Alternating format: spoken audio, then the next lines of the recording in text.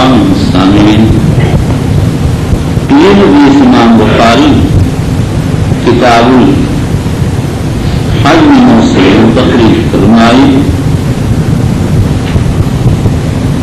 حافظ قطب الدین حلبی کو استحضار دی، انہوں نے کہہ دیا یہ حدیث ترمذی میں واقع ہے.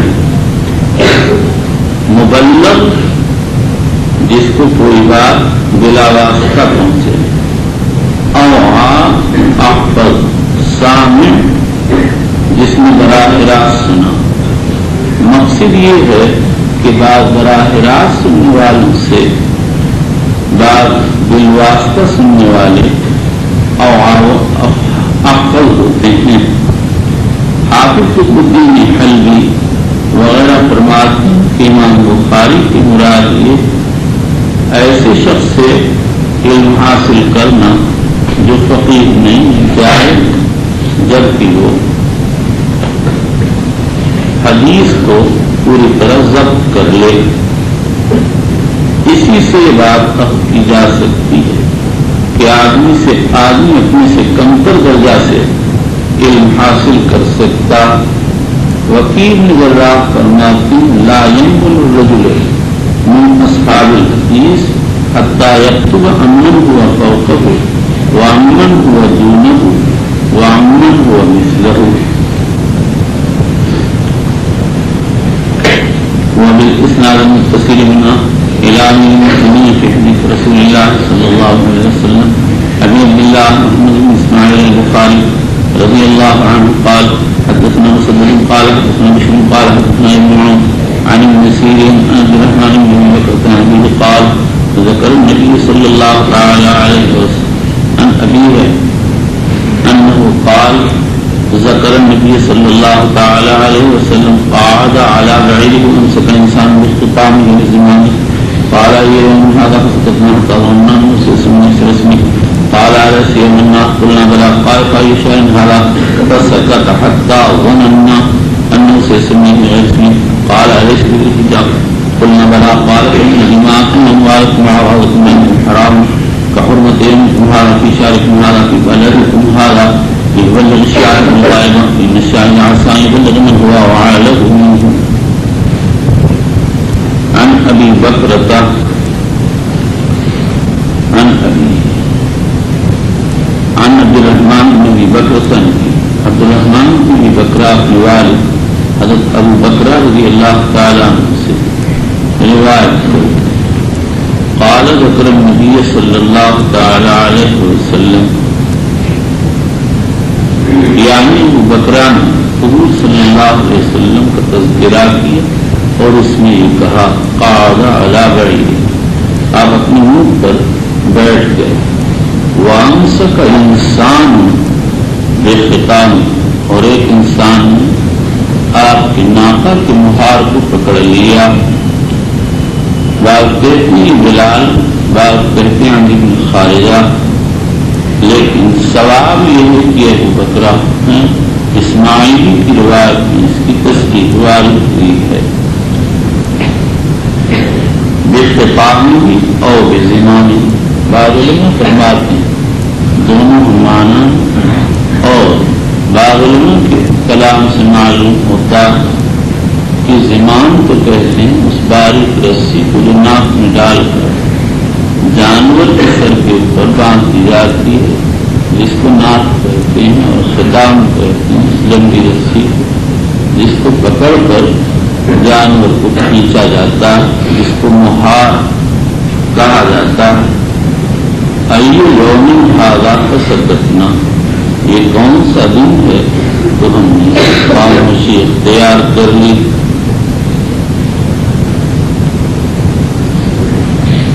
فسقطنا کے معنی سقطنا عن الجواب، بلکہ حضرات نے کہا اللہ و رسول اعلم. کتاب الحج میں اس کی تصریح آ رہی ہے. اب یہاں پر سوال یہ کہ ابو بکر کی روایت میں تو کہ صحابہ نے کہا اللہ و رسول عالم، اور ابن عباس کی روایت کتاب الحج میں آئے اس میں ہے قالوا یوم حرام. اس اختلاف کا جواب یہ ممکن ہے ابن عباس اس طرف نظر کے لوگوں نے یوم حرام کہا اور ابو بکر جدھر نظر کے لوگوں نے اللہ و رسول عالم کہا. اور یہ بھی ہو سکتا ہے کہ حضور صلی اللہ علیہ وسلم دو مرتبہ پوچھا.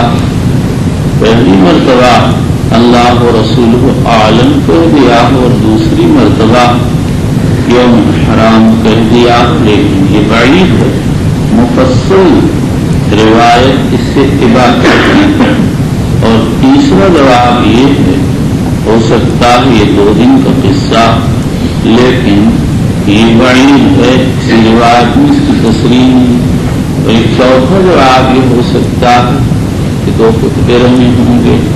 اس پر بھی یہ اشکال ہے، اسی روایت 2 خطبوں کی تصریح نہیں. چوتھا جواب یہ ہے کہ پانچواں جواب یہ ہے کہ اصل میں ابو بکر کی روایت مفصل ہے اور ابن عباس کی مختصر. صورت یہ ہوئی کہ حضور اکرم صلی اللہ علیہ وسلم نے فرمایا ایوم ھذا. صحابہ نے عرض کیا اللہ و رسول اعلم. حضور اکرم صلی اللہ علیہ وسلم نے فرمایا الیس یوم النحر. صحابہ نے عرض کیا بلا. تو سب کا مختصر یہ نکلا کہ گویا صحابہ نے کہہ دیا یوم النحر.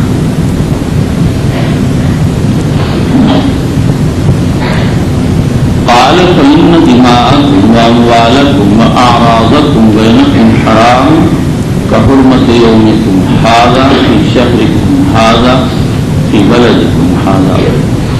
دماء و اعراض کی حرمت یوم و شہر و بلد کی حرمت سے بہت زیادہ، لیکن عربوں کے یہاں یوم و شہر و بلد کا احترام بہت تھا اور دماء و اموال و اعراض کی کوئی قدر و قیمت نہیں تھی. تو آپ نے معروف کے ساتھ غیر معروف کو تشبیہ دے کر ان کو ضرور نشین کرایا کہ تم جس طرح یوم شہر و بلد کو محترم سمجھتے ہو اسی طرح دماء و اموال و اعراض بھی محترم ہیں.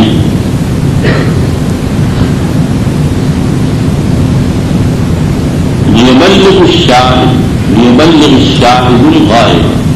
شاہد غائب کو خبر پہنچا دی. امام بخاری نے کتاب خلق افعال العباد میں یہ حدیث 10 صحابہ سے روایت کی جو موجود ہیں وہ غائبین کو خبر پہنچا دی. یہ حضور کا ارشاد ہر شخص کے حق میں ہے اور ہر مجلس علم سے تعلق رکھتا. جو مجلس علم میں موجود ہو وہ غائبین کو پہنچائے. اس سے تبلیغ کی فرضیت معلوم ہوئی اور ہر شخص کا مکلف ہونا ثابت ہوا. فَإِنَّ الشَّاهِدَ عَسَىٰ يُبَلِّغَ مَنْ هُوَ أَعْلَمُ. ہو سکتا ہے حاکم ایسے شخص کو خبر دے جو اس سے زیادہ حفظ اور وہ اس سے مسائل کا استنباط کرے، بات کو آئندہ چلائے، علم زیادہ سے زیادہ لوگوں میں عام ہو.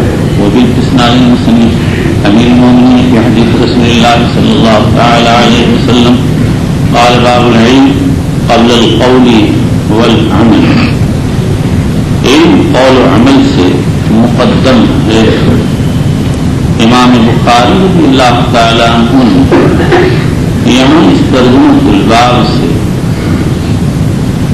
تقدم زمانی مراد لی ہے یا تقدم بالشرف والرتبہ. دونوں اقوال ہیں. علامہ سندھی کہتے ہیں بظاہر مصنف نے تقدم بالشرف والرتبہ مراد لیا، تقدم زمانی مراد نہیں لیا. باقی مندرجات تقدم زمانی پر ظاہر دلالت نہیں ہے. تقدم رتبی پر دلالت کرتے ہیں. اس سے معلوم ہوتا ہے کہ علم قول و عمل سے اشرف و اکمل ہے. ہمارے وہ شیخ رحمۃ اللہ علیہ نے اختیار کیا کہ تقدم زمانی مراد کیا اور مصنف رضی اللہ تعالیٰ عنہ کا مقصد یہ ہے کہ علم قول و عمل سے زمانہ مقدم ہے.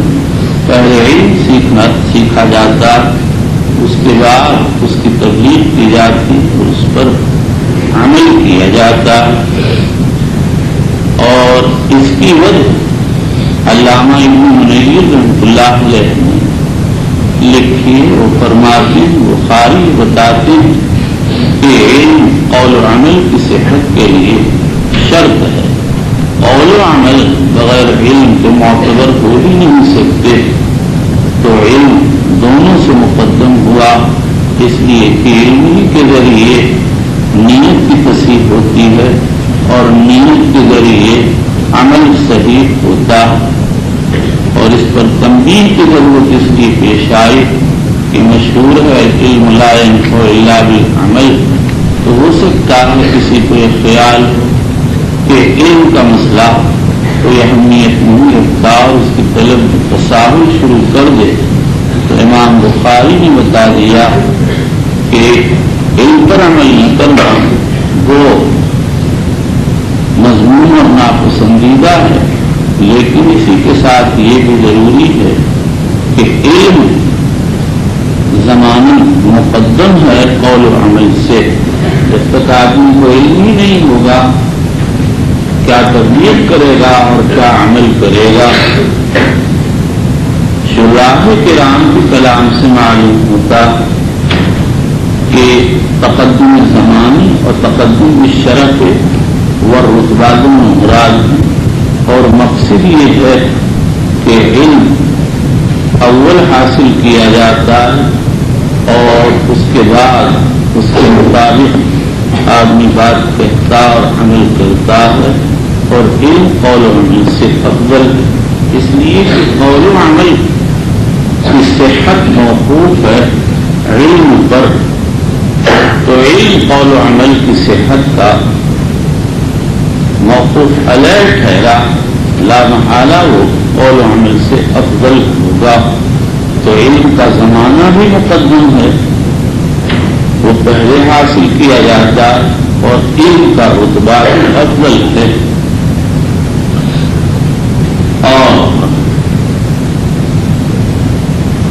میں کہتا ہوں کہ یہ ترجمہ امام بخاری رضی اللہ تعالیٰ عنہ ابن عینہ سے عرض کیا. بیہقی نے شعب الایمان بطریق غلابی ابو سہل مدائنی سے نقل کیا کہ سفیان بن عینہ سے ایک آدمی نے پوچھا، یا ابا محمد العلم افضل ام العمل؟ فرمایا العلم اما تسمع قول اللہ عز وجل فاعلم انه لا الہ الا اللہ فبدأ بالعلم قبل العمل واللہ تعالی اعلم. اور بعض علماء یہ فرماتے ہیں کہ امام بخاری اللہ علیہ اس ترجمۃ الباب سے یہ اشارہ فرمایا ہے اس کا علم کے اندر مشغولی نوافل کی مشغولی سے افضل ہے. یہی امام ابو حنیفہ، مالک، شافعی، احمد بن حنبل کا مسلک ہے. ابو حنیفہ شافعی کا مسلک اور امام احمد بن حنبل سے ایک روایت ہے. امام احمد دوسری روایت میں فرماتے ہیں فرائض کے بعد جہاد سے افضل کوئی چیز نہیں ہے. بعض لوگوں نے امام شافعی سے نقل کر دیا کہ نوافل کی مشغولیت علم کے اندر اشتغال سے افضل، لیکن یہ نقل وہم ہے. حضرت امام شافعی کی المسند میں بروایت ربیع منقول ہے طلب العلم افضل من صلاۃ النافلہ. اور سارے اکابر شافعیہ نے یہی امام شافعی سے نقل کیا. امام خطیب بغدادی نے کتاب الفقیہ والمتفقہ میں بھی نقل فرمایا ہے. لیکن یہ مسئلہ یہاں بعید ہے. ابن عیینہ کا جو قول ہم نے ذکر کیا اس سے معلوم ہوتا ہے کہ امام بخاری رضی اللہ تعالیٰ نے یہ بتایا ہے کہ علم کا درجہ قول و عمل سے زیادہ ہے، جیسے علم قول و عمل سے زمان مقدم ہے. یہاں پہنچ کر ابو عبداللہ القرطبی کو بڑا زبردست مغالطہ لگ گیا اور انہوں نے لکھ دیا کہ اس مسئلے میں اختلاف ہے کہ انسان کے علم میں سب سے پہلے معرفت واجب ہے یا تصدیق واجب ہے. بعض علماء تو کہتے ہیں کہ اس میں اختلاف ہے کہ سب سے پہلے نظر و استدلال واجب ہے یا ایمان یعنی تصدیق. بعض تو کہتے ہیں جیسے قاضی باقی اللہ نے کہ سب سے پہلے نظر و استدلال واجب. اللہ تعالی شانہ کی معلومات نظر و استدلال ہی سے ہو سکتی ہے. اور قرطبی کہتے ہیں امام بخاری کا میلان بھی اسی بات کی طرف ہے. کتاب العلم میں انہوں نے جو باب العلم قبل القول والعمل لقول اللہ عز وجل فاعلم انہ لا الہ الا اللہ منعقد کیا. اس سے معلوم ہوتا میں کہتا ہوں قرطبی کی کلام ازول تاخر رحم جو مسئلہ قرطبی نے ذکر کیا اس کا ایمانیات سے تعلق اور بخاری نے یہ بات کتاب الایمان کے بجائے کتاب العلم درج کیا. دوسری بات یہ ہے کہ امام بخاری رضی اللہ عنہ متکلمین کی اس طرح کے ابحاث سے گریز کیا. اگر ان کا مقصد متکلمین کے ابحاث ہوتی تو یہ ترجمانیوں کے بجائے کتاب الایمان میں لاتے. مزید یہ ہے کہ وہ تو پہلے کتاب الایمان میں باب قولی فانتہوا واقاموا الصلاۃ وآتوا الزکاۃ وخلوا سبیلہم ترجمہ منعقد کرائے اور وہاں ابن عمر کی حدیث قاتل الناس حتی یشهدوا لا الہ الا اللہ ذکر کی اور توبہ کو اور توحید کی شہادت کو حصول ایمان میں کافی تصور فرمایا. معرفت وغیرہ کو ضروری قرار نہیں دیا ہے. واللہ تعالی اعلم. لقول اللہ عز وجل فاعلم انہ لا الہ الا اللہ فبدأ بالعلم. اللہ نے علم کو پہلے ذکر فرمایا. معلوم علم افضل ہے. وأن العلماء هم ورثة الأنبياء والرسول من أخذه وأخذ بحظ وافر ومن سلك طريقا يطلب به علما سهل الله له طريقا إلى الجنة. یہ حدیث ہے جو امام احمد بن داؤد ترمذی ابن حبان حاکم وغیرہ نے تخریج فرمائی. لیکن امام بخاری رضی اللہ تعالیٰ نے اس کو یہاں بصورت تعلیق ذکر نہیں کیا. اسی لیے اس کو تعلیقات بخاری میں شمار نہیں کیا جاتا. علماء انبیاء کے وارث مورث کا قائم مقام ہوتا. جو کام مورث کا تھا وارث اس کو انجام دیتا. انبیاء کا کام تبلیغ علم دین ہے. ان کی تشریف بری کے بعد علماء اس کام کو انجام دیتے ہیں. اس لیے ان کو انبیاء کا وارث کہا گیا. اور یہ جو حدیث مشہور ہے علماء امتی کا انبیاء بنی اسرائیل، اس کا بھی علم میں کوئی وجود نہیں ہے. ہاں یہ حدیث اس کا ماخذ بنائی جا سکتی ہے کیونکہ جب علماء امت انبیاء کے وارث ہیں تو یقیناً اس امت کے علماء انبیاء بنی اسرائیل کے قائم مقام ہوں گے. اس لیے کہ بنی اسرائیل کے زمانے میں دستور یہ تھا جب ایک نبی جاتا تو دوسرا نبی اس کی جگہ لے لیتا. اذا ہلک نبی خلفہ نبی. آئندہ روایت آئے کہ کانت بنی اسرائیل تسوسهم الانبیاء کلما ہلک نبی خلفہ نبی اور کما قال. اور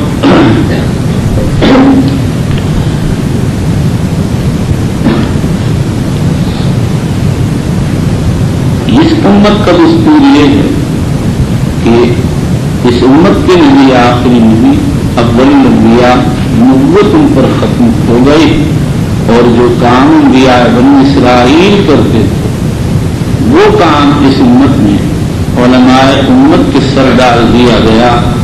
اور حضور نے اپنی امت سے فرمایا انما بعثتم ميسرین ولم تبعثوا معسرین.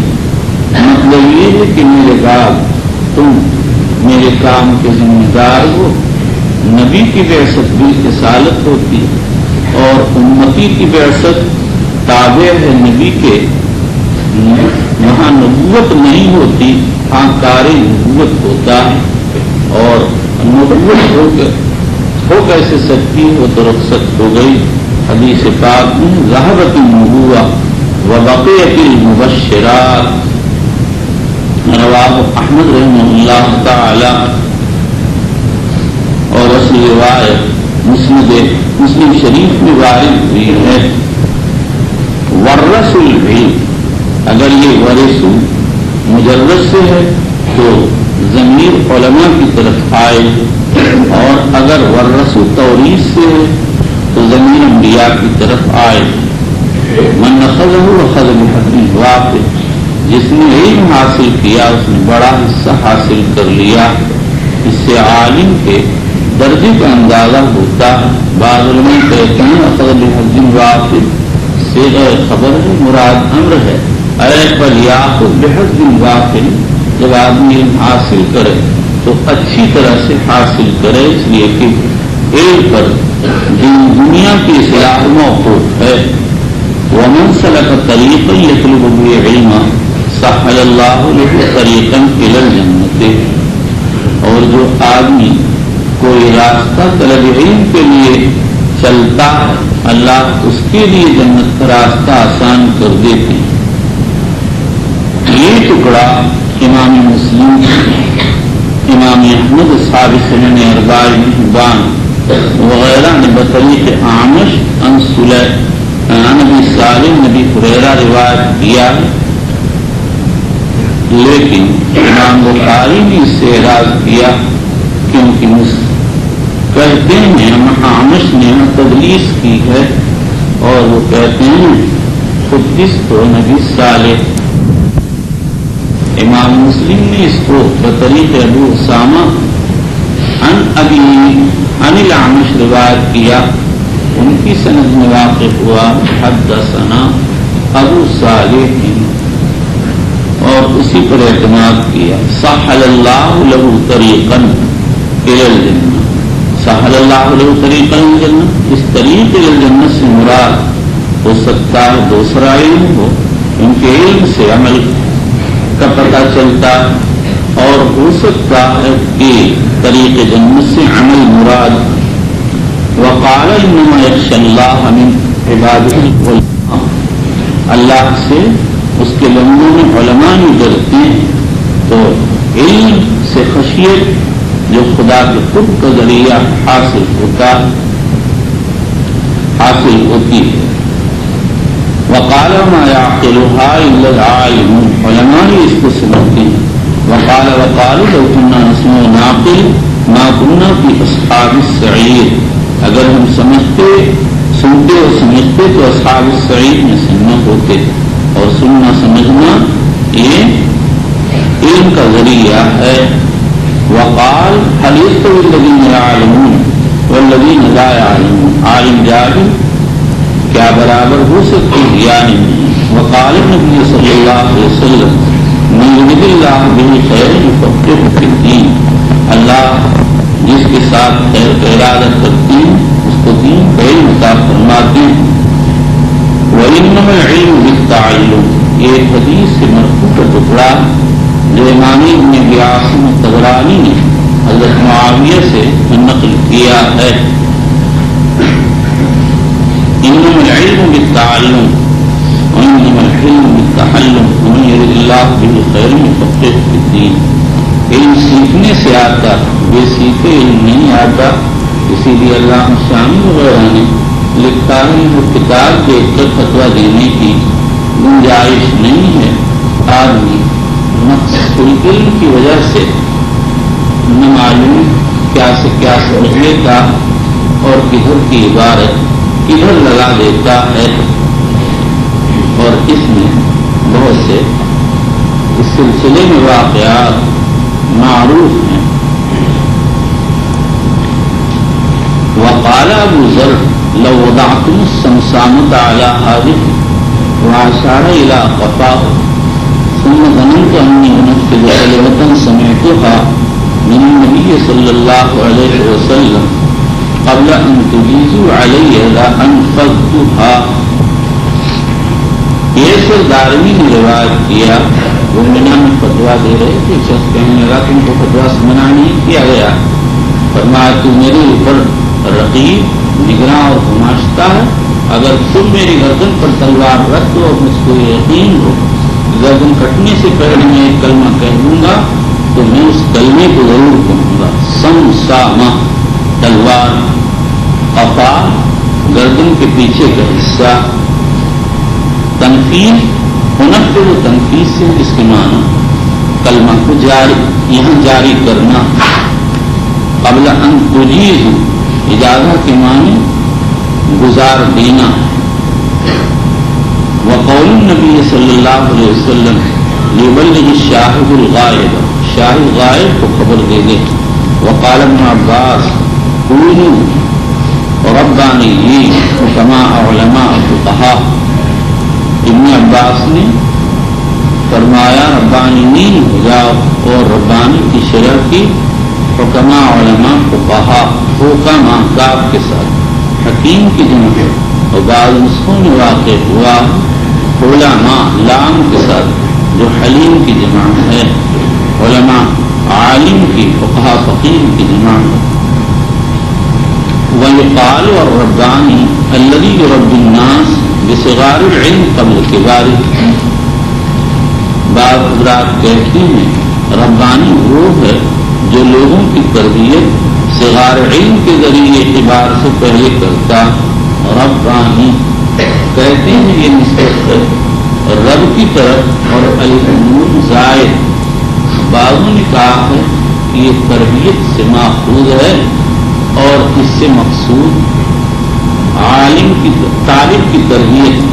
اور بعض کہتے ہیں کہ علم کی تربیت ہے کیونکہ جب علم ترتیب سے دیا جاتا تو پہلے کا سیکھا ہوا علم آگے کو بڑھتا اور ترقی کرتا. اور اس کی صورت بیان کی کہ صغار علم کی تعلیم پہلے دی جائے کبار کی بعد میں. صغار سے مراد اصول کلیات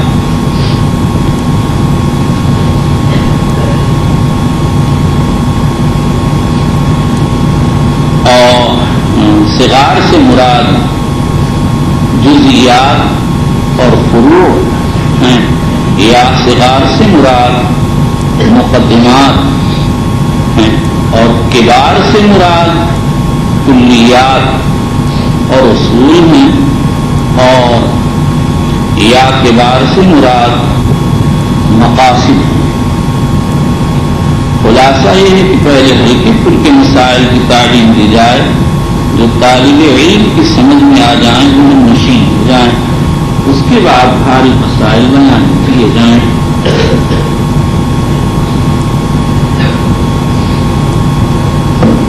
لیکن یہ شخص کے لیے ہے بھائی جو مبتدی طالب علم اور جو منتہی ہو اس کے لیے تو یہ ضابطہ ہی نہیں. اس نے اگر ماضی میں کچھ حاصل کیا تو بعد میں اس کو کچھ پتہ چلے گا اور اگر اس کا ماضی ظاہر ہوا تو مستقبل بھی ظاہر ہے۔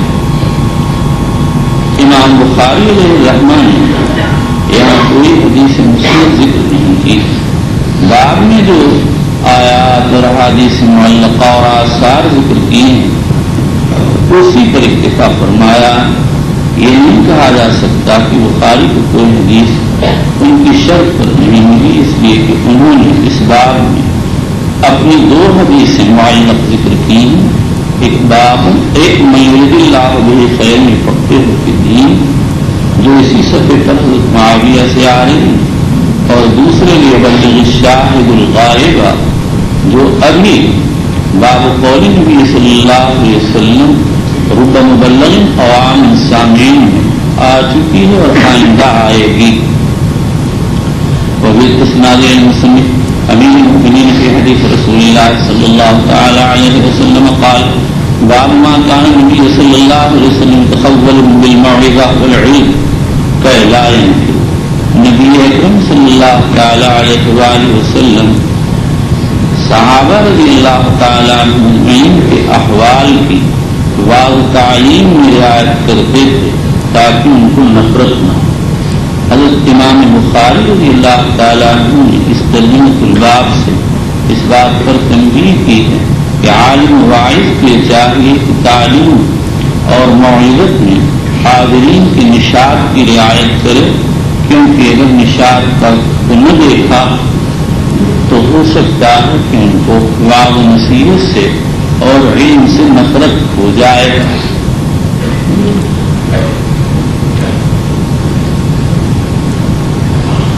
بالموعظۃ والعلم، مصنف نے جو روایت پیش کی اس کا تعلق موعظہ سے جو ایک علم خاص ہے، امام بخاری نے اسی سے علم کا مسئلہ مستنبط کیا، اسی لیے موعظہ پر علم کو عطف کیا من قبیل عطف العام علی الخاص، اور جب وعظ میں حاضرین کی رعایت ملحوظ رکھنا مطلوب ہے تو تعلیم و تدریس میں بھی مطلوب ہوگا۔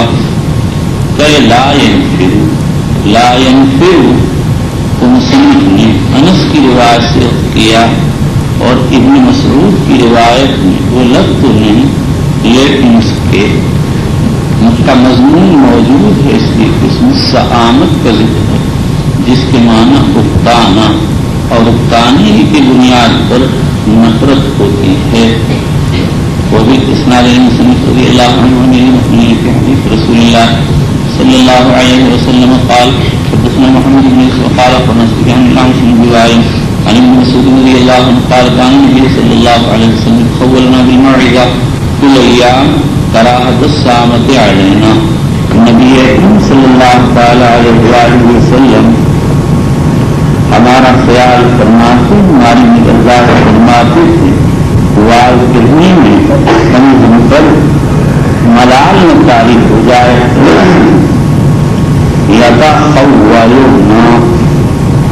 یتخولنا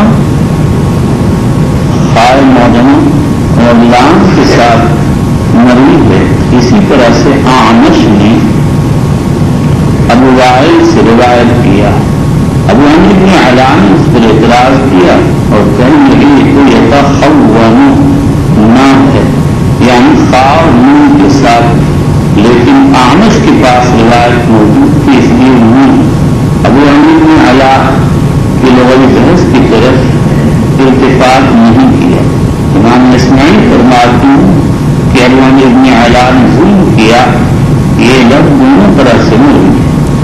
ابو عمرو الشیبانی کہتے ہیں سلف یتحولنا بالحال المحملہ واللام یعنی یتطلب نشاط احوالنا، یتخولنا خاء اور لام کے ساتھ وارد ہوا، کہا جاتا ہے خال الشیء یخولہ اذا تعاہدہ، اور اسی معنی میں تخول الشیء تخول الشیء بھی ہے جب کسی چیز کے احوال کی رعایت کی جائے، فاعل اور متخول کہتے ہیں کسی چیز کے محافظ اس کی نگرانی کرنے والے کو۔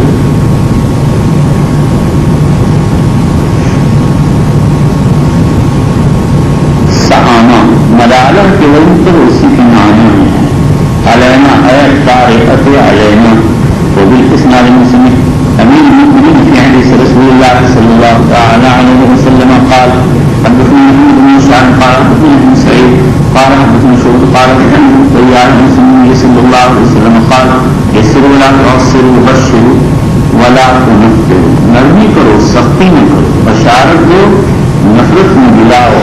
آدمی ترغیبات کے ذریعے بشارت دے، میں ترغیبات بیان کر کے نفرت میں دلائے. عام احوال میں تبشیر زیادہ مفید ہے، اس لیے ترغیبات استعمال کرنا چاہیے، لیکن اس کا یہ مطلب نہیں ہے کہ ترغیبات میں ذکر کی جائیں. حدیث میں جو ترغیبات آئی ہیں مناسب مواقع میں ان کو بھی ذکر کیا جائے تاکہ لوگ معصیت سے اجتناب کریں. کبھی اسماعیل مسلم کے حدیث رسول اللہ صلی اللہ تعالی علیہ وسلم قال باب من جعل لأهل العلم ایاما معلومۃ، جس میں اہل علم کے لیے دن معین دن مقرر کر دیے، اس کے فعل کی اصل کا بیان. اس ترجمہ کے باب کی غرض میں اختلاف ہے. اکثر علماء کو فرماتے ہیں کہ دن مقصد یہ کہ تعلیم کے لیے دن مقرر کر دینا بدعت نہیں ہے. ہمارے نشے فرماتے ہیں مقصد یہ ہے کہ یہ تقسیم کی تبلیغ و تعلیم ہے. ہمارے ذہن میں بات آتی ہے کہ امام بخاری نے اس ترجمہ کے باب سے محدثین کا ایک معمول ثابت کیا. ان کے یہاں دستور یہ تھا کہ وہ حدیث کے بیان کرنے کے لیے املائے حدیث کے لیے خاص خاص دن مقرر کر دیتے تھے.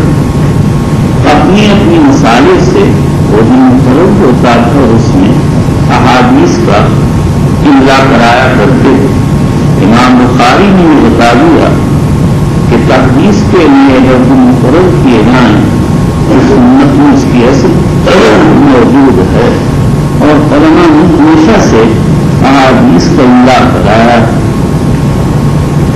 حضور صلی اللہ علیہ وسلم نے خطوط املا کرائے، واسطہ ابن اسقاء صحابی نے احادیث املا کرائیں، اور اس کے بعد پھر امام مالک، شعبہ، ابن وہب اور امام بخاری، ابو طاہر سلفی، قاسم بن عساکر اور ابن صلاح، اور پھر اس کے بعد حافظ ابن حجر اسقلانی وغیرہ نے اپنے اپنے ادوار میں احادیث کو املا کرایا ہے. اسماعیل مسلم کے حدیث رسول اللہ صلی اللہ تعالی علیہ وسلم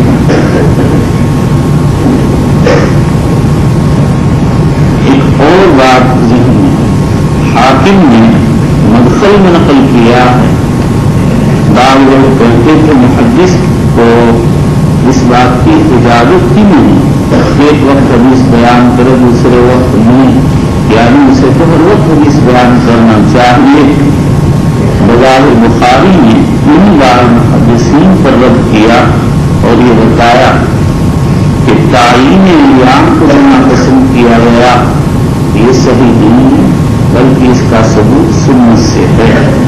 اسناد مسلم رضی اللہ تعالی عثمان بن شرحال میں جلیل مسعود عن ابن وائل قال كان عبد الله وبكر الناصر مسلم قال لي عبد الرحمن لا وددت ان نتذكرنا في اليوم قال كما انه يمنع من ذلك ان يكون لكم وان يتخولكم مما جاء كما كان النبي صلى الله تعالى عليه وسلم قولنا بها مخافه السآمة علينا.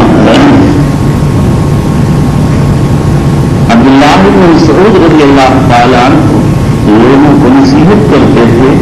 ہر جمعرات ایک آدمی نے ان سے کہا ابو عبدالرحمن ہماری خواہش ہے آپ روزانہ نصیحت کریں. یہ بظاہر معاویہ ابن یزید نخعی. ابن مسعود نے فرمایا سنو مجھ کو اس چیز سے معنی یہ بات ہے کہ میں ناپسند کرتا ہوں کہ تم کو ملال میں مبتلا کر دوں. میں تو واضح نصیحت کرنے میں تمہارے نشاط کا خیال کرتا ہوں جیسے نبی اکرم صلی اللہ علیہ وسلم واضح نصیحت کرنے میں ہمارے نشاط کا خیال کرتے تھے. کہیں اس سے کہ ہم پر ملال طاری نہ ہو جائے. وبالاسناد مسلم رضی اللہ عنہ قال باب من یرید اللہ به خیر یفقهه فی الدین. اللہ جس شخص کے ساتھ خیر کا ارادہ فرماتے ہیں اس کو دین کا علم عطا فرماتے ہیں. امام بخاری کی اس ترجمہ الباب سے تفقہ فی الدین کی ترغیب دی ہے، اس لیے کہ تفقہ فی الدین اللہ کے ارادے خیر کی دلیل ہے اور ہر شخص اللہ کے خیر کا تعلق ہے اور اس کو پسند کرتا. وبالاسناد مسلم امین میں نے معاویہ نے الٹا کر دیا یزید بن معاویہ النخعی صحیح کر لینا.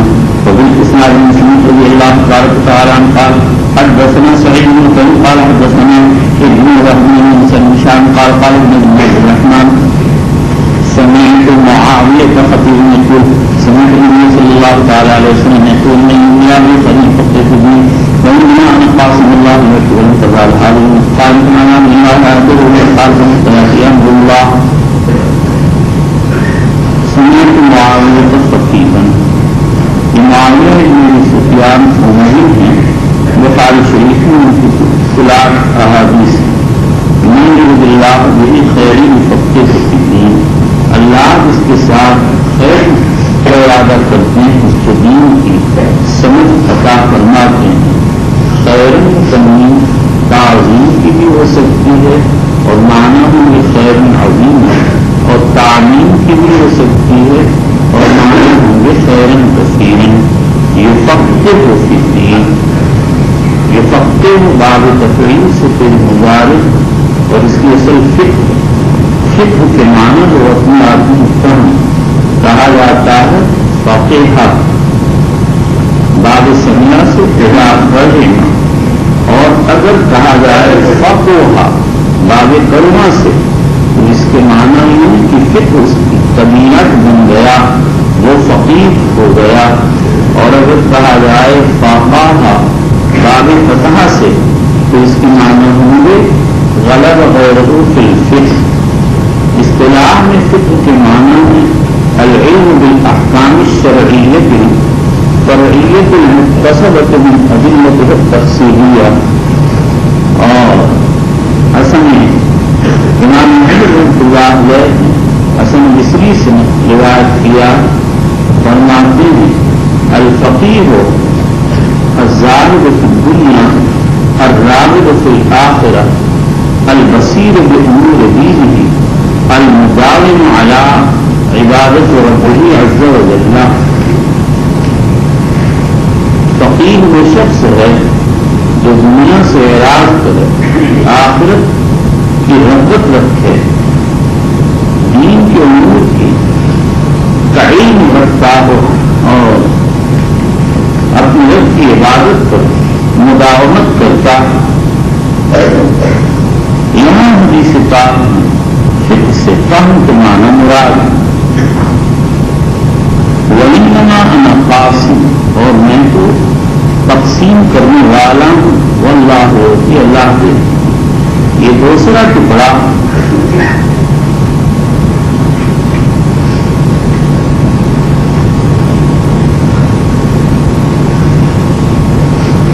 علامت کشتی وغیرہ میں علمی سے مربوط مانا، اور کہتے ہیں مطلب یہ ہے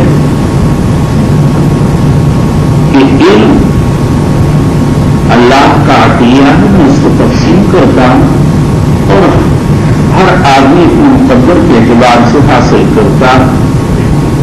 لیکن امام بخاری اور مسلم نے اس کو مال سے مربوط سمجھا، اسی لیے امام بخاری نے اس کو ابواب الرحم سمجھا اور امام مسلم نے ابواب زکات میں ذکر دیا.